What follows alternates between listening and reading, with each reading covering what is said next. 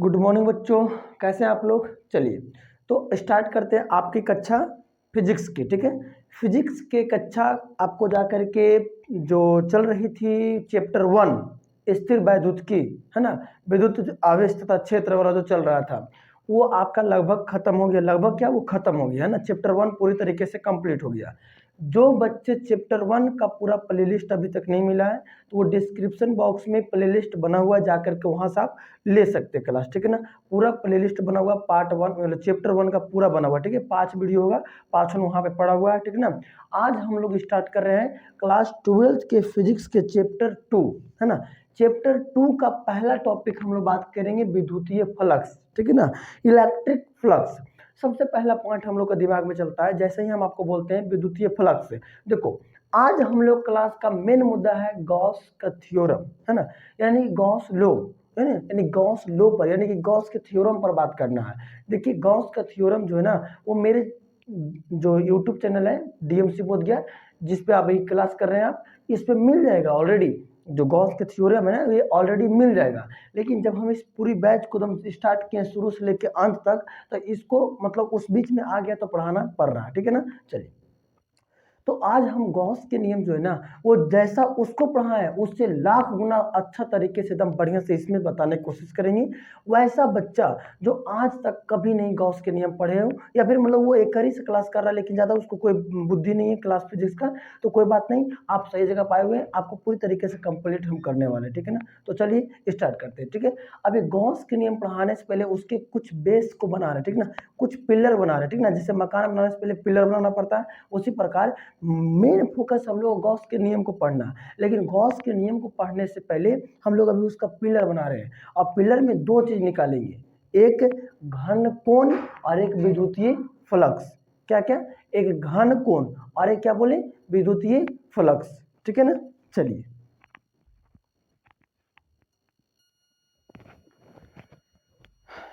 चलिए तो विद्युतीय फ्लक्स का परिभाषा देखते हैं। देखिए, विद्युतीय फ्लक्स होता क्या है पहले समझने की कोशिश करना। ठीक है, अभी जो लिखा हुआ है उस पर आप लोग मत जाइएगा, पहले विद्युतीय फ्लक्स के परिभाषा समझने की कोशिश कीजिए। देखो बउआ, फिजिक्स एक ऐसा विषय है जिसको आप रट्टा मार के नहीं याद कर सकते। ठीक है, रट्टा मार कर जरूर समझ सकते हैं, मतलब आगे बढ़ सकते हैं, लेकिन वो रट्टा जो है ना वो ज़्यादा दिन काम नहीं आएगा। आपको फिजिक्स को समझना पड़ेगा। ठीक है, अंडरस्टैंडिंग सब्जेक्ट है फिजिक्स, अगर आप नहीं समझेंगे तो आपको ऊपर ऊपर से पार होगा। ठीक है, चलिए आपको जब हम चैप्टर 1 पढ़ा रहे थे, चैप्टर 1 का जो 5वां वीडियो था जिसे विद्युत बल रेखाएं बताए हैं, उसमें अगर बढ़िया से पढ़े होंगे तो आपको बताए हैं कि विद्युत बल रेखाएं जो है वो धन से ऋण की ओर जाती है। बताए है ना, धन से ऋण की ओर जाती है। इसका मतलब ये हुआ कि अगर मेरे पास कोई इस प्रकार से गोला है और वो पॉजिटिव है, तो इससे क्या होगा, इससे सब ढेर सारा क्या निकलेगा, एक बल रेखाएं निकलेगी, है ना, एक बल रेखाएं निकलेगी। ठीक है, इस प्रकार से एक बल रेखाएं निकलेगी, किससे, आपको जाकर के धन से। ठीक है ना, लेकिन अगर मेरे पास कोई ऋण है तो ऊपर से ये बल रेखाएं आएगी, है ना, ये बल रेखाएं आएगी। ठीक है, अच्छा एक बात तुम लोग ध्यान दे पा रहे हो, एक बढ़िया सा बात ध्यान दो। देखो, जितने भी बल रेखाएं आ रही है जा रही है, वो एक 90 डिग्री बना करके जा रही है, चाहे आ रही है, यानी समकोण है इसके साथ, है ना, समकोण है। यहाँ भी देखिए तो ये समकोण बना रही है। और जब कोई रेखाएं ऊपर से आकर समकोण बनाती है, एकदम सीधा आती है, तो उसको कहते हैं लंबवत रेखा। क्या बोलते हैं, लंबवत रेखा। बात समझ में आ रही है, क्लियर हो रहा है। ठीक है, तो वही बताए परिभाषा में कि किसी आवेशित पिंड या विद्युत क्षेत्र से निकलने वाली कुल बल रेखाएं जो सतह के क्या होती है, लंबवत होती है, उसे विद्युतीय फ्लक्स कहते हैं, है ना। यानी किसी पिंड या किसी आवेशित विद्युतीय क्षेत्र से निकलने वाले कुल विद्युत बल रेखाएं की मात्रा क्या कहलाती है, विद्युतीय फ्लक्स कहलाता है। लेकिन याद रखना कि विद्युतीय फ्लक्स उसी को कहेंगे जो रेखाएं लंबवत हो, सतह के लंबवत। अगर ये सतह है तो रेखाएं ऐसे होगा, कुछ समझ में आया बात, उसी को हम लोग क्या कहेंगे, उसी को हम लोग कहते हैं विद्युत फ्लक्स, विद्युतीय फ्लक्स। ठीक है, चलिए अब विद्युत इसको हटाते, ठीक है ना।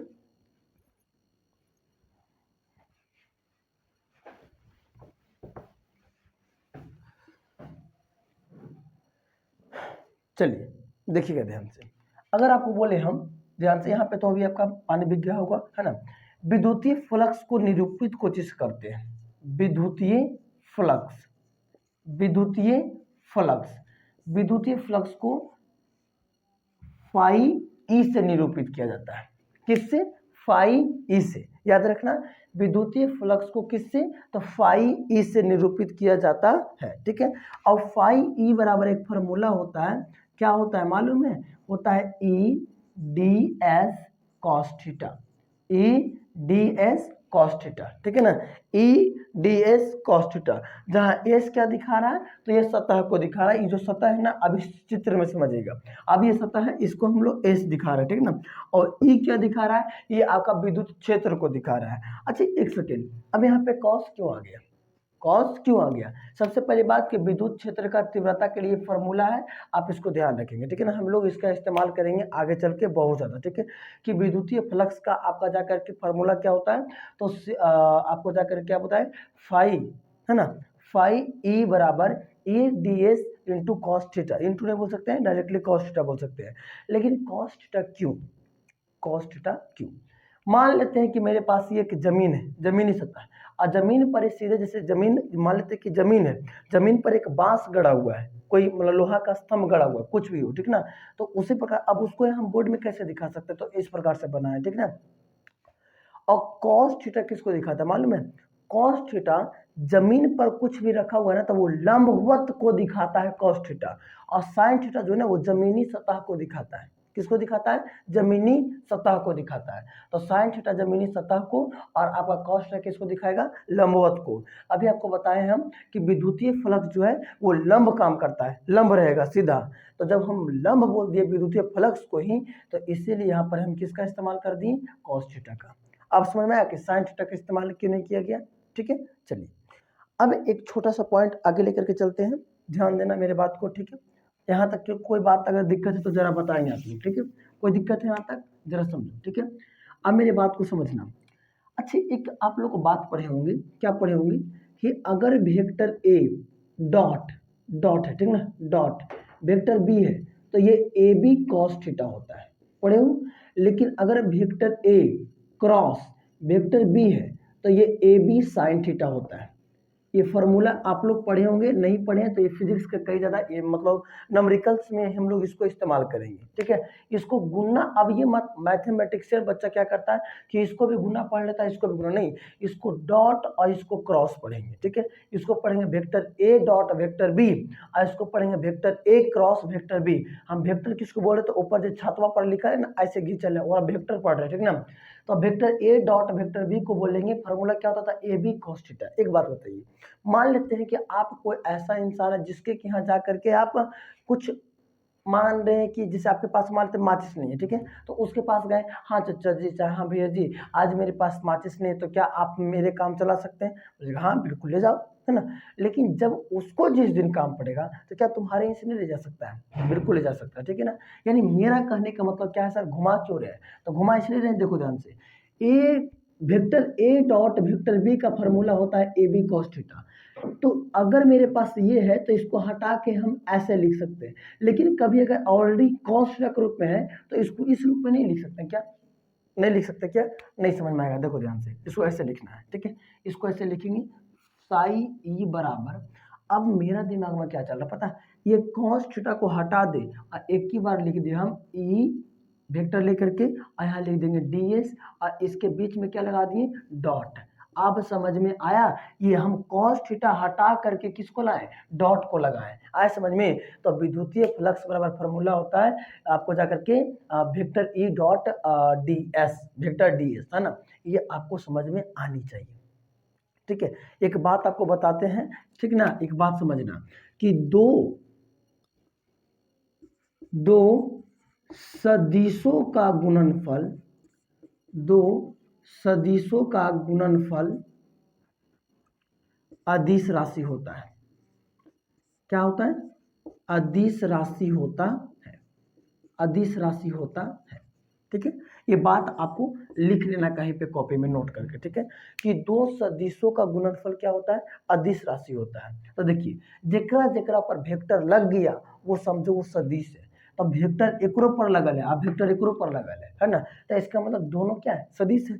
और दोनों का गुणनफल क्या किसके बराबर हो रहा है, तो ये आपको जाकर के साई ई के बराबर, और साई ई किसको बोले हैं, विद्युतीय फ्लक्स को बोले हैं। तो इसका मतलब हो रहा है कि जब ये दोनों को गुणा कर रहे हैं तो गुणनफल अदिश राशि, इसका मतलब ना कहते हुए भी विद्युतीय फ्लक्स क्या है, विद्युतीय फ्लक्स एक क्या है, अदिश राशि है। ये पॉइंट आपको समझ लेना है। कैसे निकाल रहे हैं कि विद्युतीय फ्लक्स एक अदिश राशि है।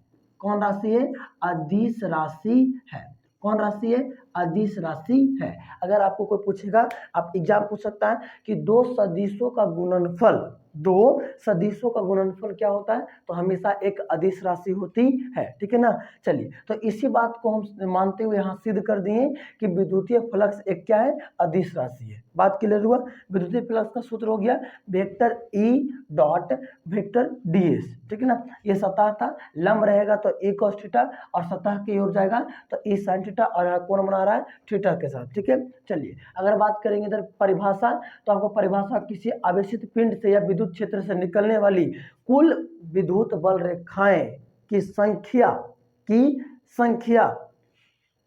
सतह के लंबवत होती है, और इसे ही क्या कहा जाता है, आपको जाकर के विद्युतीय फ्लक्स कहा जाता है, ठीक है। चलिए, अब उम्मीद करते हैं कि ये आपको अच्छे तरीके से समझ में आ गया होगा, ठीक है ना। चलिए, अब हम लोग देखते हैं आपको जाकर के घन कोण के बारे में कि घन कोण होता क्या है ना। चलिए, तो बहुत ज़्यादा बच्चे लोग ऐसा है ना जो वीडियो को शेयर नहीं करते हैं दोस्तों के पास, ठीक है ना। तो आप लोग कंजूसाई नहीं करा कीजिए, दोस्तों के पास शेयर किया कीजिए। अब वीडियो को लाइक नहीं करते हो, पढ़ लेते हो, आप लोग लाइक नहीं करते हो, चैनल पर नहीं रहते हो तो सब्सक्राइब नहीं करते हो, ठीक है। तो सब्सक्राइब कर लो, इतना भी कंजूसी मत दिखाओ, सब्सक्राइब कर लो, वीडियो को लाइक कर लो, और दोस्तों के पास शेयर कर लो, ठीक है ना। चलिए, और अब आपको बता दें हम केमिस्ट्री का जो क्लास है ना, वो भी बहुत जल्द आपका 12 बजे से केमिस्ट्री और 8 बजे फिजिक्स, 12 बजे दिन में केमिस्ट्री और 8 बजे शाम के आपको जाकर के फिजिक्स की क्लासें प्रीव्यू के रूप में चलेगी, ठीक है। चलिए, तो उम्मीद करते हैं आपको ये क्लियर हो गया होगा। अब देखते हैं घन कोण के बारे में, ओके। चलो,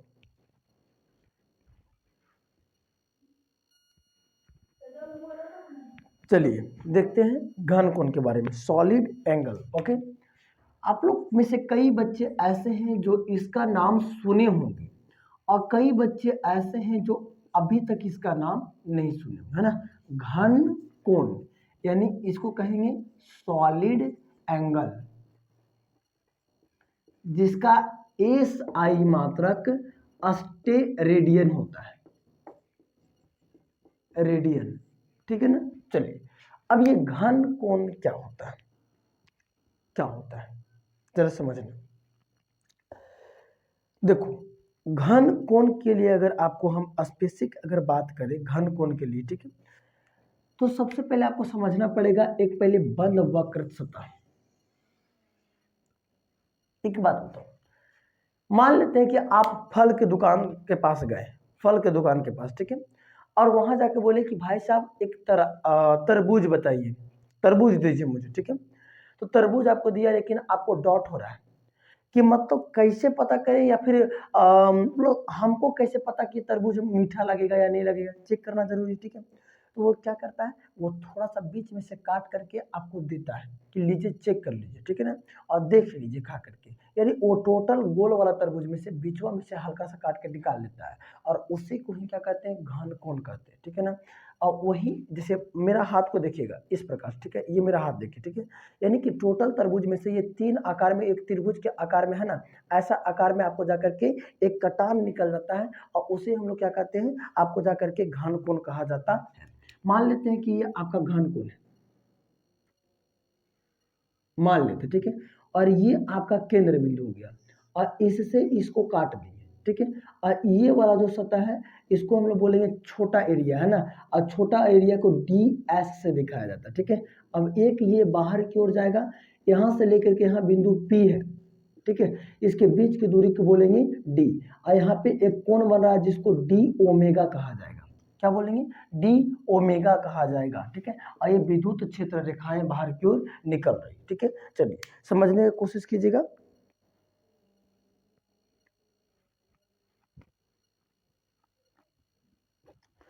चलिए, अब मेरे बात को समझिएगा, घन कोण क्या होता है, देखना।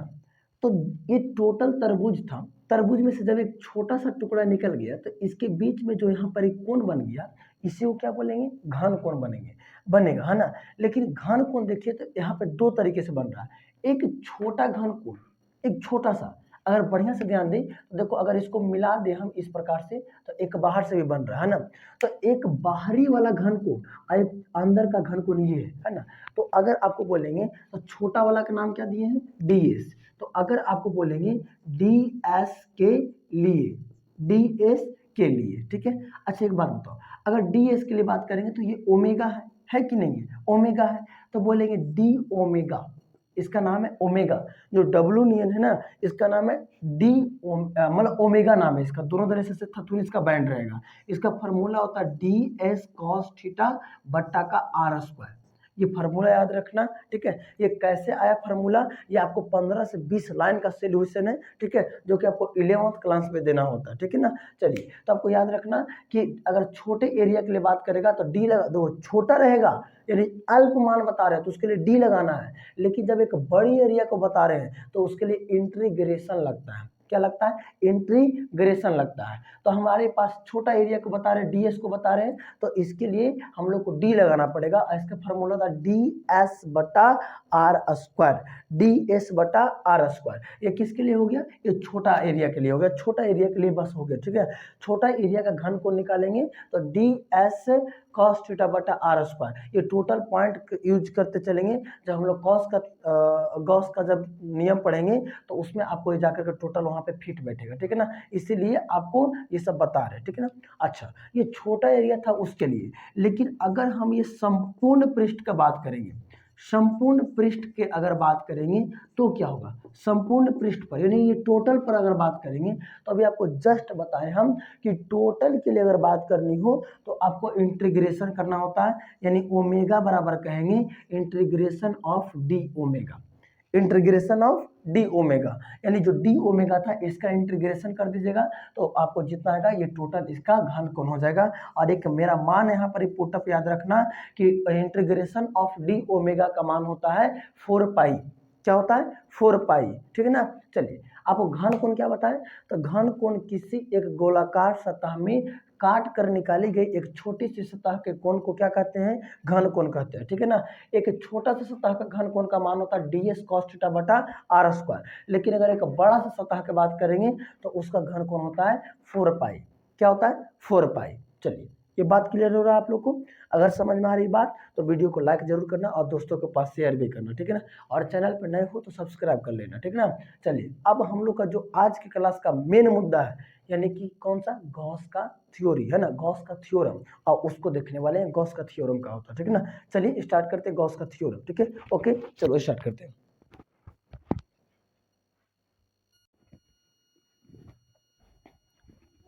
चलिए तो अब हम लोग देखते हैं गॉस के नियम,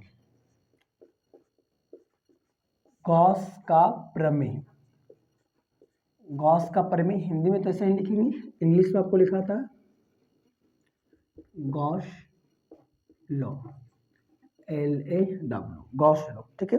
चलिए सबसे पहली बात कि गॉस थ्योरम होता क्या है और गॉस थ्योरम के बारे में क्या बात होती है नहीं होती है, सब एक से देखेंगे, ठीक है। तो एक वैज्ञानिक था जिसका नाम था गॉस, ठीक है। अब उन्होंने अपने एक नियम दिया और उसका नियम क्या था कि अगर किसी बंद वक्र से होकर गुजरने वाली कुल विद्युतीय फ्लक्स रेखाएं, उसमें उपस्थित आवेश, कुल आवेश बोल सकते हैं, आवेश का 1/ε0 गुना होता है, ठीक है। तो ये आपको दिए थे, ठीक है ना। चलिए तो सबसे पहले इसका चित्र देते हैं।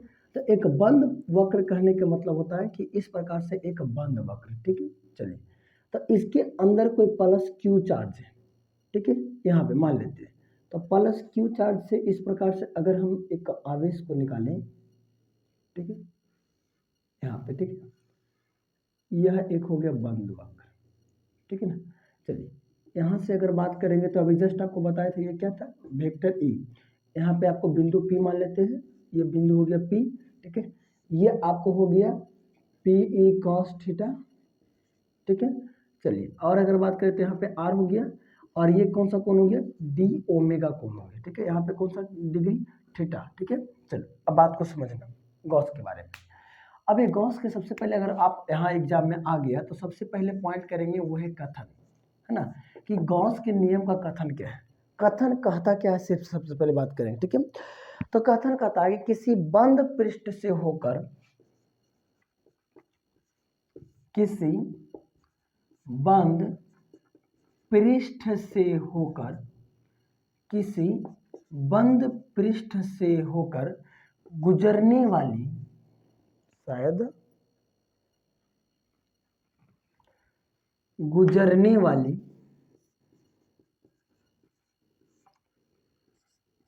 विद्युत फ्लक्स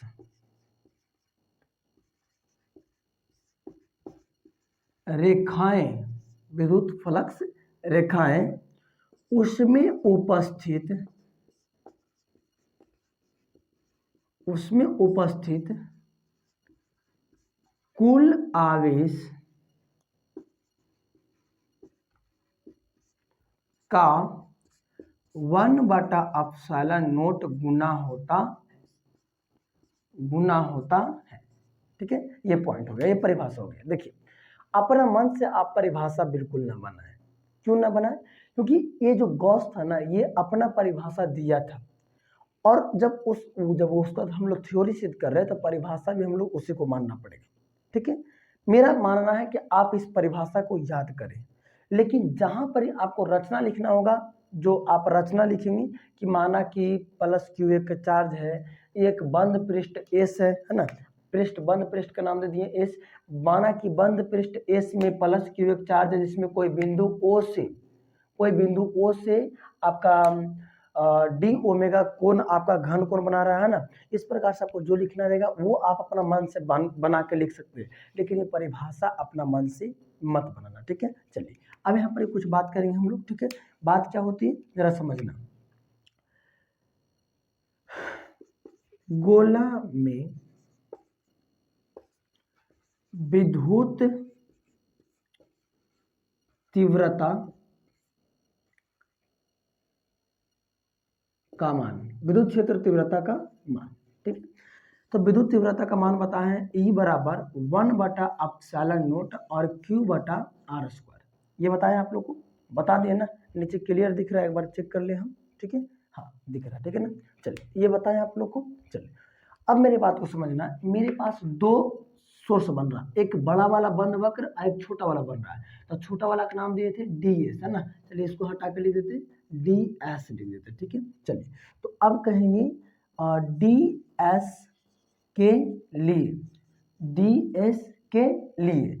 अच्छा, अभी आपको DS के लिए एक फार्मूला बताए थे पीछे घनीय कोण में, नहीं विद्युतीय फ्लक्स में, कि डी ओमेगा बराबर बताए थे E.ds cos थीटा, बताया गया है ना। पीछे आपका घनीय जब विद्युतीय फ्लक्स पढ़ा रहे थे तो उसमें आपका ये हम बताए थे कि डी ओमेगा बराबर E इंटू आपका DS इंटू कॉस थीटा, ठीक है। तो अब यहाँ से E का मान पुट करेंगे ऊपर वाला, तो जब E का मान ऊपर वाला यहाँ से पुट करेंगे तो क्या आ जाएगा, डी ओमेगा बराबर E का मान है 1/4 पाई एप्सिलॉन का नोट और Q/r², और ये लिखा जाएगा क्या जा करके DS cos थीटा, ठीक है, DS cos थीटा, ठीक है। अच्छा, अभी थोड़ी देर पहले आप घनीय कोण पढ़ के आ रहे हैं। घनीय कोण में अगर आपको पढ़ाया कि अगर ये r² को यहाँ से हटा के अगर हम इसके बटा में दे दें r² तो कोई दिक्कत कहलाएगा, कोई दिक्कत नहीं। और Q को अगर हम 1 से गुना कर दे तो भी कोई दिक्कत नहीं है। तो डी ओमेगा बराबर Q/4 पाई एप्सिलॉन का नोट। और अभी जस्ट घनीय कोण में पढ़ाया कि इसका मान कितना होता है, इसका मान बताइए। इसका मान होता है डी ओमेगा, ठीक है। इसका मान क्या होता है, डी ओमेगा। इसका मान कितना बता दिए, डी ओमेगा।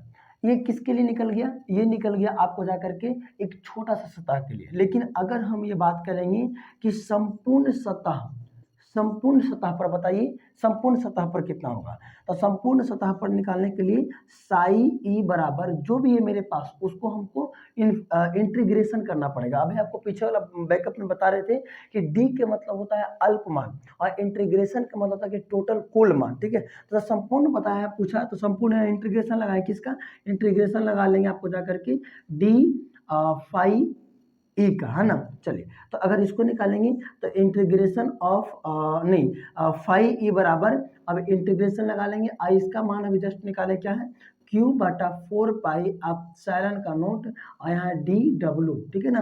तो जो मेरे पास एक अचर पद होती है यानी कांस्टेंट होती है उसको बाहर निकाल दिया जाता है इंटीग्रेशन में, ठीक है ना।